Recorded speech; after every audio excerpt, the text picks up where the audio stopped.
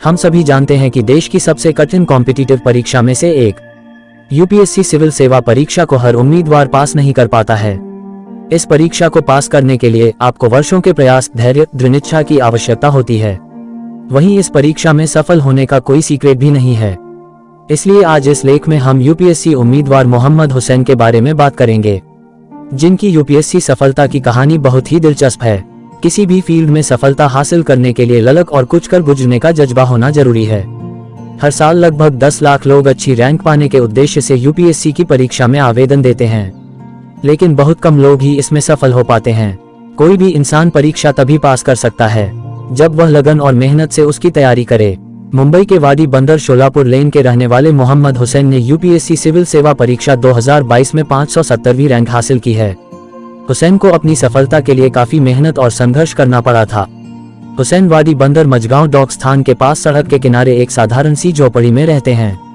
अपने जीवन में अनुभव की गई सामाजिक और आर्थिक कठिनाइयों को देखते हुए मोहम्मद हुसैन की उपलब्धि यूपीएससी द्वारा चुने गए 933 उम्मीदवारों में से वास्तव में उत्कृष्ट थी।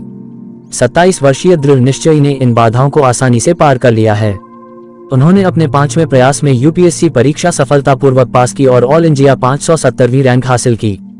हुसैन के पिता ने डॉकयार्ड में एक श्रमिक के रूप में काम करना शुरू किया, ट्रकों से माल लोड और अनलोड किया और अंततः पर्यवेक्षक के पद तक पहुंचे।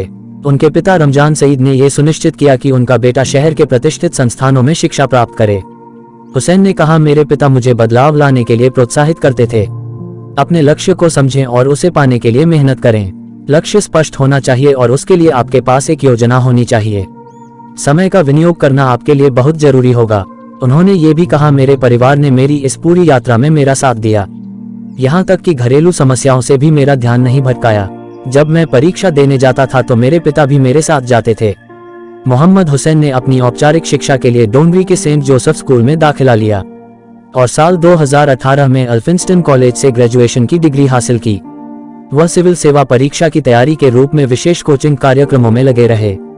इनमें भारतीय सिविल सेवा आवासीय कोचिंग संस्थान की हज समिति, जो मुस्लिम आवेदकों के लिए एक विशेष कोचिंग कार्यक्रम है जिसका मुख्यालय मुंबई के हज हाउस में है, वह उसमें शामिल हो गए। उन्होंने पुणे अकादमी के साथ साथ नई दिल्ली में जामिया मिलिया इस्लामिया से भी कोचिंग ली। एक इंटरव्यू में मोहम्मद हुसैन ने कहा कि सिविल सेवाओं में करियर बनाने की उनकी प्रारंभिक प्राथमिकता उनके पिता के साथ सरकारी सुविधाओं की यात्राओं से प्रेरित थी।